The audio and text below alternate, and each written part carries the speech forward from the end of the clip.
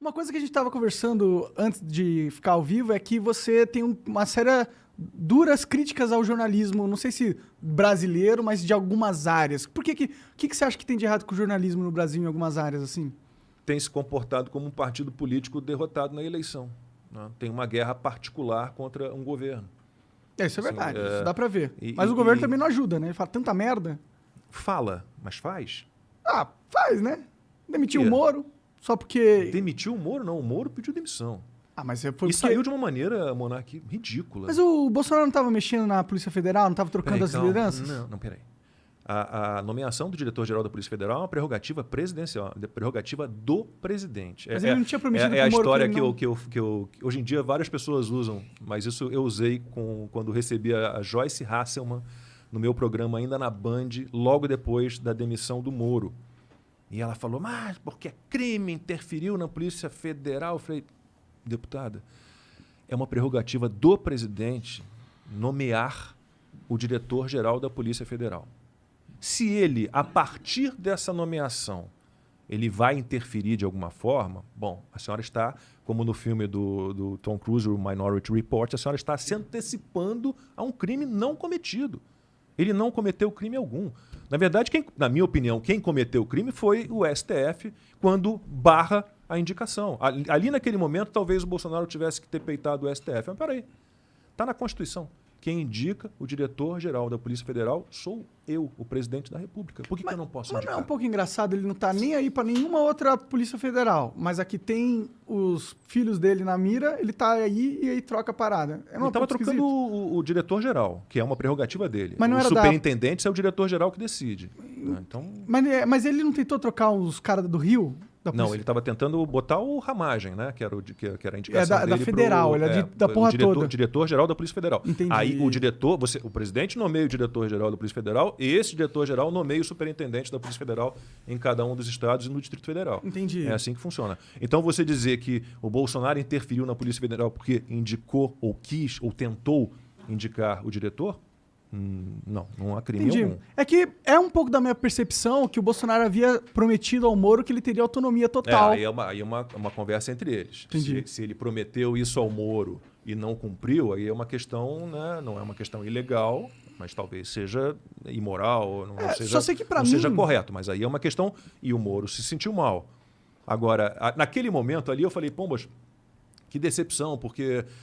Será? Porque o Moro saiu desse jeito, dizendo que ele deve ter realmente provas de que o Bolsonaro estava mexendo geral para proteger os filhos, ou sei lá mais para quê. Bom, mas ele tinha com certeza uma intuição muito forte que esse era o motivo. Mas não apresentou nada. Não apresentou nada. Aquela reunião ministerial que foi a gota d'água para a saída do Moro, se você olhar o Moro durante aquela reunião, ele saiu dali porque ele tomou umas pancadas ali. Né? Tomou umas pancadas.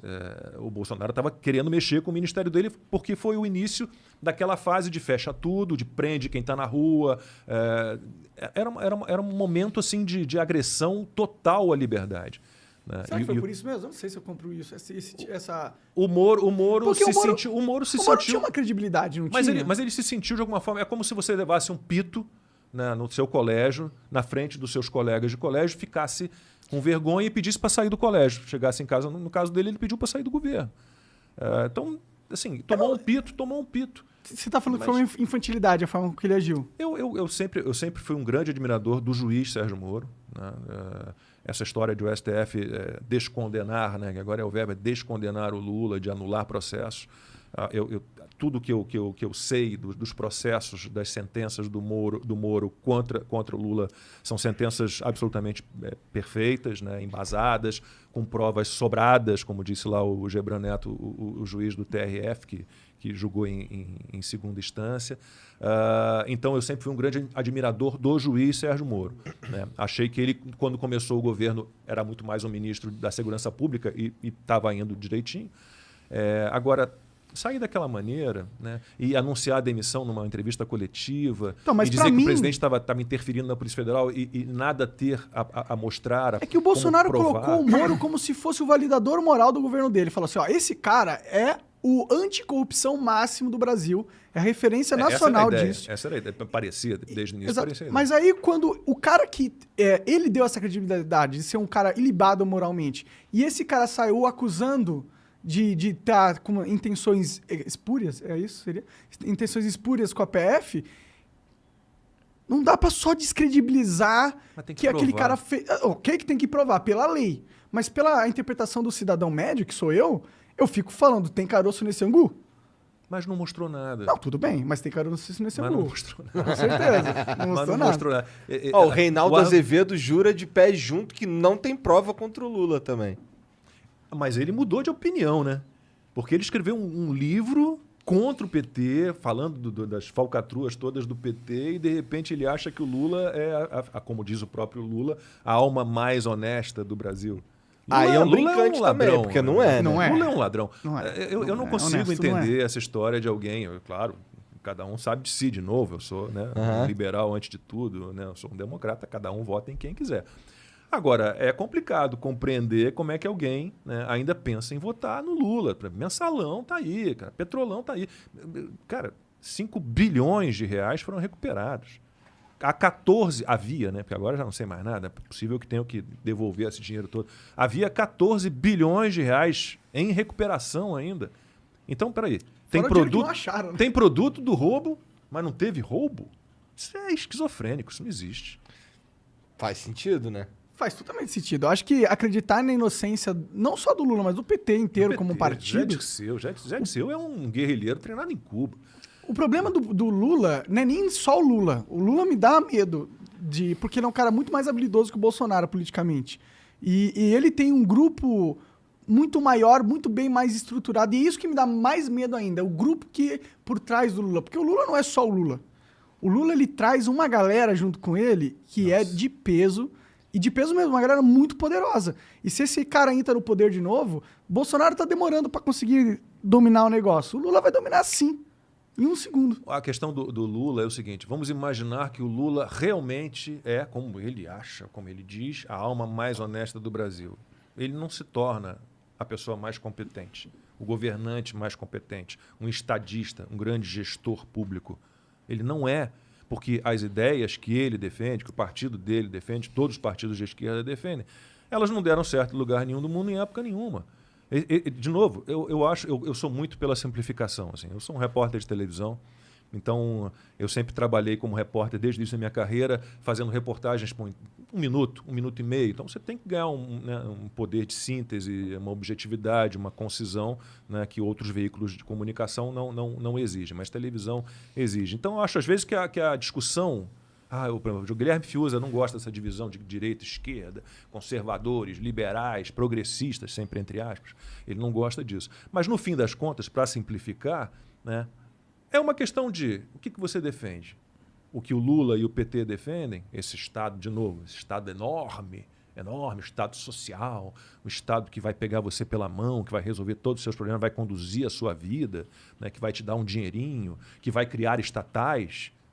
Isso não existe. Isso não... Me cite um país desenvolvido, livre e democrático que tem um Estado enorme. Não existe. Estados Unidos? Estados Unidos tem um Estado enorme? Estados Unidos tem 16 estatais. Tá, mas eles têm 800 bases militares no mundo todo Não, também. peraí, estou falando... Isso é para do Estado. Não, sim, eles são a única superpotência no mundo. A China está chegando lá. É a superpotência, a única... país número 1 do mundo. Eles têm um papel ainda de polícia do mundo. Tá, mas é que eu né? vejo o Estado americano como um Estado muito forte. Eu prefiro os Estados Unidos como polícia do mundo do que a China. Ah, também prefiro. Então tá. Ou o Brasil. Não, eu digo assim, um Estado que te ofereça tudo. Que tenha que te oferecer... e nada é de graça. Educação pública, saúde pública, uma renda mínima, que controle todas as áreas econômicas que tem, como a gente tem aqui no Brasil. Você tem Eletrobras, você tem não sei mais o quê, você tem Correios. Meu Deus do céu, a gente tem estatais de tudo.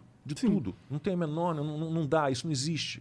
Não, Não existe. eu acho Bom, o governo brasileiro... A gente concorda um pouco. Sim, com certeza. Mas o governo americano também tem estatais. Tipo, tem o Correio lá americano, né? Que eles estão querendo vender também. Mas o programa que está indo ao ar hoje, aliás, com o Diogo Macorde, que é o secretário de Desestatização, Desinvestimento lá do Ministério da Economia, que é sensacional, ficou no lugar do Salim Mata.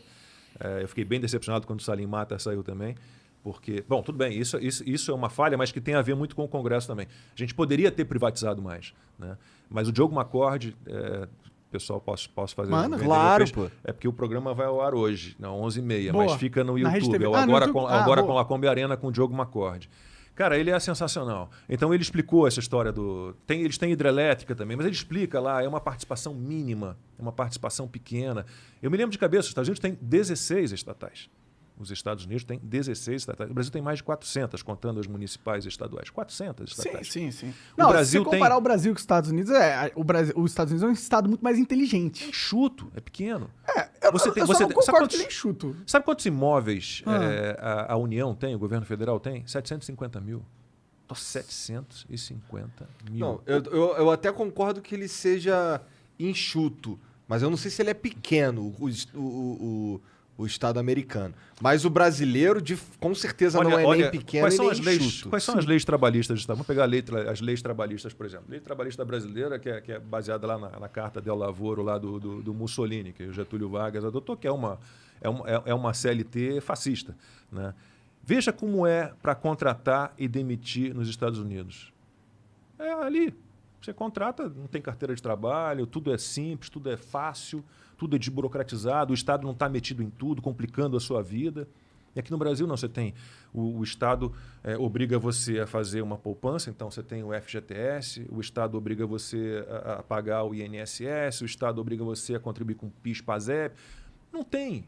A gente precisa de menos Estado, menos Estado. Né?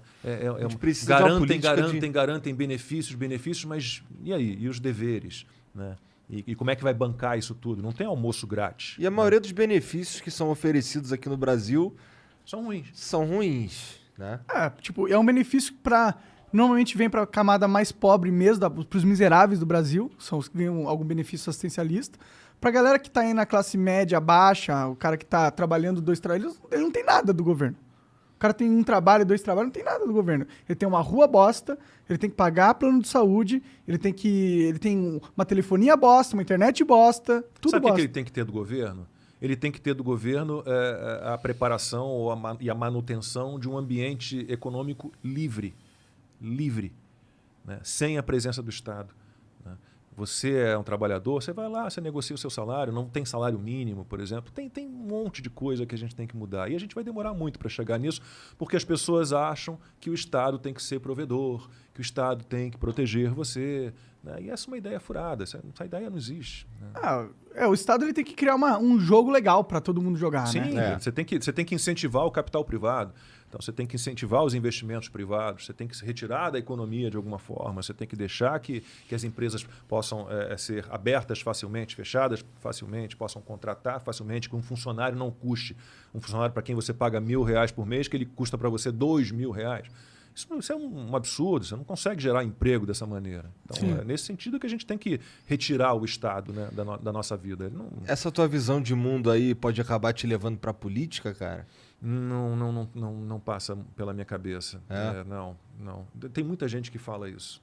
Lacombe, deputado 2022. Lacombe, senador 2022. Assim, eu acho que ou eu mataria alguém, apesar de ser extremamente calmo, eu mataria alguém ou seria morto. Eu não tenho estômago para aguentar aquilo.